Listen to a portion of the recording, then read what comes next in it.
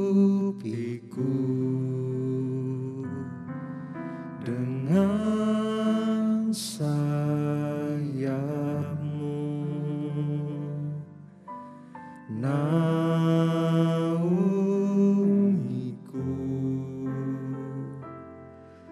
dalam kuasa-Mu. Di saat badai bergelora, ku akan terbang bersama-Mu. Bapa, Kau Raja atas semesta, ku tenang sebab Kau Allahku.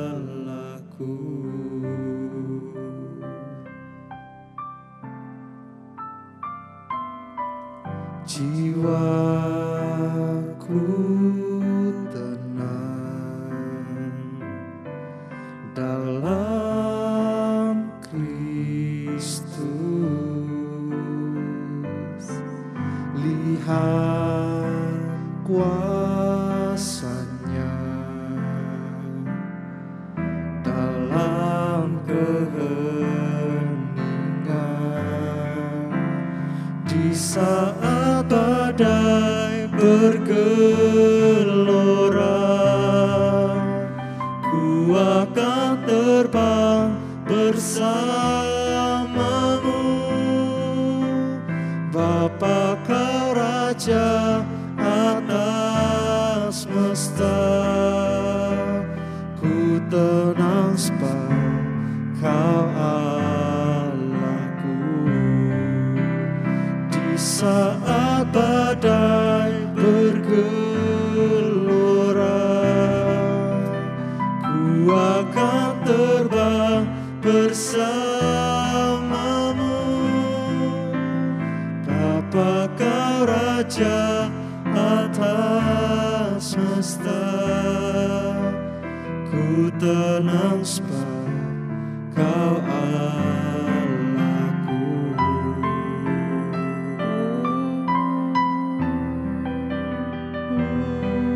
Kau Allahku Tuhan, hanya bersama-Mu kami tenang di dalam hadirat-Mu.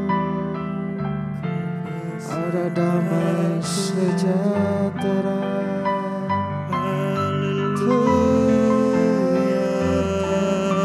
Bawa kami Tuhan bersama-Mu,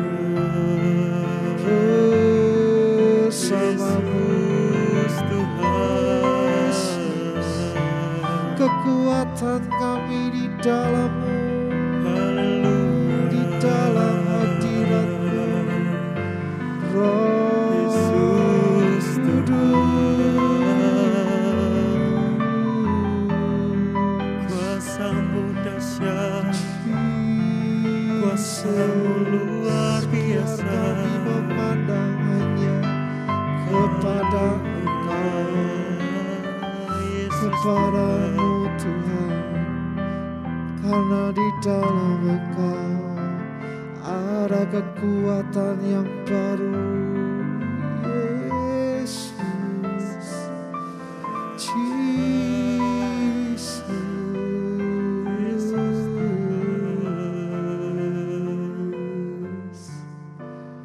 Di saat badai bergelora, ku akan terbang bersama-Mu. Bapa, Kau Raja atas semesta, ku tenang sebab Kau Allahku. Di saat badai bergelora, ku akan terbang bersama-Mu. Bapa, Kau Raja atas semesta, ku tenang sebab Kau Allahku. Ku tenang sebab Kau Allahku. Ku tenang sebab Kau Allahku.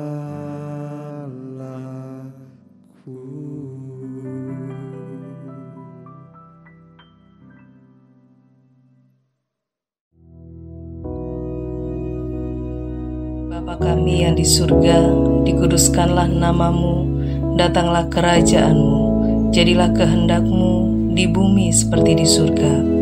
Berikanlah kami pada hari ini makanan kami yang secukupnya, dan ampunilah kami akan kesalahan kami, seperti kami juga mengampuni orang yang bersalah kepada kami.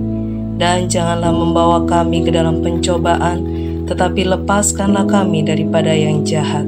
Karena Engkaulah yang empunya kerajaan dan kuasa dan kemuliaan sampai selama-lamanya. Amin.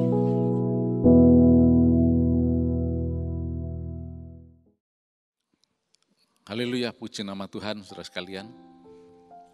Allah yang kita sembah dalam nama Yesus adalah Allah yang berjanji dan Allah yang memberkati. Dan Allah yang memberkati berkelimpahan, bukan asal-asalan. Nah, kita sudah membaca di dalam Injil Yohanes 10 ayat yang ke-10. Coba kita lihat lagi ya. Injil Yohanes pasal 10 ayat yang ke-10. Di situ Tuhan Yesus mengatakan, pencuri datang hanya mencuri dan membunuh dan membinasakan. Aku datang supaya mereka mempunyai hidup dan mempunyainya dalam segala kelimpahan. Amin. Sampai di sini ya. Di dalam bahasa aslinya Tuhan Yesus sendiri yang menyatakan bahwa ego ilton inazoin echosin keperison echosin. Aku datang supaya mereka mempunyai hidup dan mempunyai dalam segala kelimpahan. Jadi janji Allah adalah hidup yang berkelimpahan. Dan ini adalah ya dan amin. Allah tidak pernah menjanjikan sesuatu yang kosong. Kalau dia menjanjikan hidup berkelimpahan, berkat yang berkelimpahan, that's it. Itu janji Allah. Ya. Oleh karena itu kita dalam hal ini tidak perlu munafik atau semi-semi munafik. Atau kadang-kadang kita tahu bahwa ada yang malu-malu tapi mau. Dan kadang-kadang ada yang sok mengatakan, wow, hidup berkelimpahan, itu tidak diajarkan Alkitab. Itu tergolong teologi kemakmuran, bunuh-bunuh dan seterusnya. Itu adalah pola materialistis dan seterusnya. Nah, ada yang terus terang alergi terhadap istilah kaya, duit, dan seterusnya. Loh, saudara sekalian, duit itu tidak ada masalah. Duit itu bukan dosa. Kekayaan bukan dosa. Kelimpahan juga bukan dosa. Yang berdosa manusianya. Nanti kita lihat. Kenapa bisa terjatuh dalam dosa? Jadi bukan berarti, wah, kalau ada yang tergelincir jatuh dalam dosa, gara-gara uang berarti uang itu dosa. Alkitab tidak pernah mengatakan bahwa uang itu adalah dosa. Apa yang membuat dosa? Coba kita lihat dalam 1 Timotius pasal 6 ayat yang ke-10 ya. Dikatakan dalam 1 Timotius 6 ayat 10 ini, karena akar segala kejahatan ialah cinta uang. Sebab oleh memburu uanglah beberapa orang telah menyimpang dari iman dan menyiksa dirinya dengan berbagai-bagai duka. Nah, ini harus kita pahami dengan jelas. Dan kita tidak boleh mengatakan bahwa uang itu akar segala kejahatan atau dosa. Bukan. Dikatakan jelas cinta akan uang. Nah, lalu bagaimana? Nah, itulah sebabnya uang itu bukan untuk dicintai. Tetapi uang itu diperlakukan sebagai hamba kita. Bukan kita diperhamba oleh uang. Nah, ini yang harus kita pahami. Seringkali kita tidak mengerti, tapi kemudian kita menjadi sok pintar. Ya. Oleh karena itu waspada. Iblis itu adalah penipu. Dia berusaha memberangus anak-anak Allah. Supaya mereka tidak bisa menikmati janji Allah. Tidak bisa hidup dalam kelimpahan. Tidak bisa hidup sehat dan sebagainya. Dengan memberikan trik tipu daya dan sebagainya. Kita tahu sendiri bahwa kalau tidak ada sarana, baik itu uang dan sebagainya, tidak akan bisa jalan. Memang itu kenyataannya seperti itu. Tetapi yang harus kita pahami adalah kita bisa menempatkan diri kita pada posisi yang sebenarnya. Yaitu kita ini bukan hamba uang. Bukan orang yang cinta uang. Tapi orang yang bisa mengendalikan uang ini dengan pimpinan Roh Kudus tentunya. Nah, berbicara mengenai kelimpahan, seringkali banyak orang bahkan mengatakan, dalam Yohanes 10 ayat 10 itu kelimpahan tidak berbicara mengenai materi, itu berbicara mengenai hidup kekal, itu mengenai sesuatu yang rohani. Nah, ini orang ini keblinger. Karena yang dikatakan di situ kelimpahan semua yang meliputi janji Allah. Loh, apakah memang Allah berjanji memberkati kita berkelimpahan, melimpahi dengan kekayaan dan sebagainya? Nah, seringkali kalau sudah mendengar kata kekayaan dan seterusnya, maka orang menjadi, ya ini tadi, malu-malu tapi mau. Pura-pura, jangan, tapi mau. Ya, kalau memang konsekuen, tidak mau uang, ya sudah, tidak usah makan, tidak usah berpakaian, dan yang lain. Sebab kita tahu bahwa pakaian ini tidak datang sendiri, tapi dibeli dengan uang.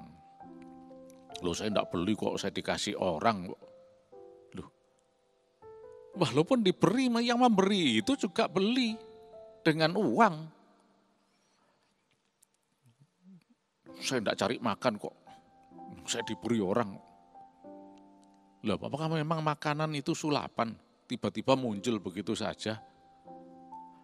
Kan bahan-bahan makanan semuanya dibeli dengan uang, diolah kemudian dimakan atau diberikan orang lain dan seterusnya, ya. Nah, di sini kita harus betul-betul punya integritas. Jujur dengan diri sendiri. Bukan sok tahu, sok suci dan seterusnya. Kita berjalan sesuai dengan apa yang Tuhan nyatakan dalam firman-Nya. Coba kita lihat di dalam Amsal pasal 10 ayat 22 antara lain. Ya. Dikatakan berkat Tuhanlah yang menjadikan kaya, susah payah tidak akan menambahinya. Nah, Itu kalau kita lihat dalam bahasa aslinya dikatakan begini. Birkat Adonai hi ta'ashir velo Yosef et sef imah. Berkat Tuhanlah yang menjadikan Ashir. Ashir itu rich, wealthy, kaya.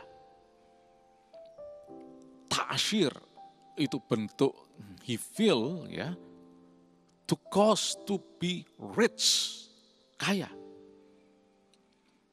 Kalau saya tanya kepada saudara saat ini, para pendengar dan sebagainya, apakah saudara mau kaya? Jujur dalam hati. Seringkali ada orang mengatakan, oh enggak kok Pak, enggak perlu. Tapi hatinya berbeda, mulutnya dengan hatinya beda. Nah ini yang bisa dikatakan ya semi munafik lah ya. Apalagi gembar-gembor di atas mimbar. Sesat. Duit sesat. Loh. Tapi kalau dia dikasih duit, oh haleluya, puji Tuhan. Lah ini semi munafik ini ya. Berkat Tuhan lah yang menjadikan kaya. Kita tidak usah munafik-munafikan lah. Kita lihat apa yang Tuhan mau. Sebab kelimpahan yang Tuhan berikan itu bukan sesuatu yang menjadi momok bagi kita. Tapi justru Tuhan mempunyai rancangan yang indah. Itu sebabnya disebut kelimpahan, berlimpah. Sebab dengan kelimpahan ini kan luber. Nah itu bisa menjadi berkat bagi yang lain. Luber. Bisa menjadi berkat bagi yang lain. Ini yang Tuhan mau. Wah nanti kalau sudah kaya raya terus hidupnya foya-foya, enggak karu-karuan. Saudara sekalian, hidup foya-foya dan kaya itu sesuatu yang berbeda. Loh tapi kalau enggak punya duit enggak bisa foya-foya. Siapa bilang? Kalau mau hidup berdosa, foya-foya dan seterusnya, tidak sedikit orang yang hidupnya pas-pasan atau bahkan tidak punya duit, bisa seperti itu. Orang berdosa juga bisa seperti itu. Nah, oleh karena itu, saudara sekalian, mari kita mengerti dengan benar. Lah, lalu sekarang apa nasihat firman Allah mengenai ini? Coba kita lihat di dalam Mazmur antara lain ya. Di dalam pasal yang ke-112 ayat yang pertama. Nah, dikatakan di sana jelas sekali. Haleluya. Berbahagialah orang yang takut akan Tuhan, yang sangat suka kepada segala perintahnya. Kita terus dulu ya, ayat 2. Ini istimewa ini, ayat 2. Lanjut ya. Anak cucunya akan perkasa di bumi, angkatan orang benar akan diberkati. Lanjut ayat 3. Nah lihat ini. Harta dan kekayaan ada dalam rumahnya. Kebajikannya tetap untuk selamanya. Amin. Puji nama Tuhan. Tapi jangan lupa ayat 1 tadi mengatakan apa? Coba kita lihat lagi.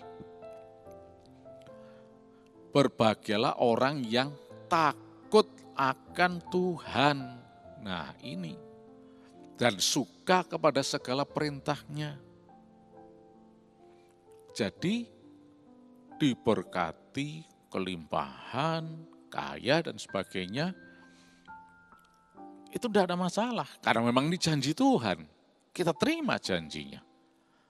Tapi itu harus diimbangi dalam suatu kehidupan yang benar-benar takut akan Tuhan.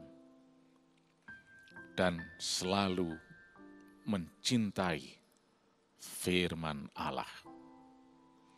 Di dalam bahasa aslinya itu dikatakan, Ashrei is yare Adonai. Orang yang takut akan Tuhan. Kata Ashrei itu diterjemahkan happy dan blessed. Diberkati dan berbahagia. Saya kira sangat munafik sekali kalau orang mengatakan, oh kita tidak boleh berbahagia, kita tidak boleh diberkati. Tidak ada, Alkitab tidak pernah mengajar demikian. Justru yang Tuhan mau adalah diberkati dan berbahagia. Tapi itu sangat berkaitan erat sekali dengan kehidupan yang takut akan Tuhan. Nah, ketika kita hidup sungguh-sungguh takut akan Tuhan, tidak ada yang perlu dipermasalahkan lagi. Karena kita akan senantiasa hidup taat setia kepada Tuhan. Oleh karena itu, saudara sekalian, kembali ke Yohanes 10 ayat 10 tadi, kita lihat bagaimana Tuhan Yesus memang menyatakan jelas sekali hidup yang berkelimpahan. Supaya apa? Supaya kita ini bisa menjadi berkat untuk yang lain. Orang yang hidupnya takut akan Tuhan itu adalah orang yang bisa menjadi berkat. Diberkati untuk menjadi berkat. Kita bukan orang yang diciptakan oleh Allah untuk menjadi pengemis, meminta-minta, minta roti, minta duit, minta makanan, dan seterusnya. No, bukan. Allah menjadikan kita untuk menjadi orang yang bisa menjadi berkat. Dan ini sudah kita lihat jelas sekali ketika Tuhan memanggil Abraham keluar dari negerinya. Dalam Kejadian 12 ayat 1 itu Allah berjanji apa? Coba kita lihat ya. Berfirmanlah Tuhan kepada Abraham. Jadi ini firman Tuhan sendiri, bukan kata manusia. Pergilah dari negerimu dan dari sanak saudaramu dan dari rumah bapamu ini ke negeri yang akan kutunjukkan padamu. Ayat selanjutnya. Aku akan membuat engkau menjadi bangsa yang besar dan memberkati engkau serta membuat namamu masyhur dan engkau akan menjadi berkat. Nah, dan seterusnya nanti ya. Sudah jelas di sini. Tuhan memanggil untuk suatu tujuan yang indah. Hari depan yang penuh harapan. Tuhan tidak memanggil Abraham untuk hidup kere. Susah, menderita, sakit-sakitan. Tuhan memanggil Abraham untuk hidup berkelimpahan. Sehingga bisa menjadi berkat untuk yang lain.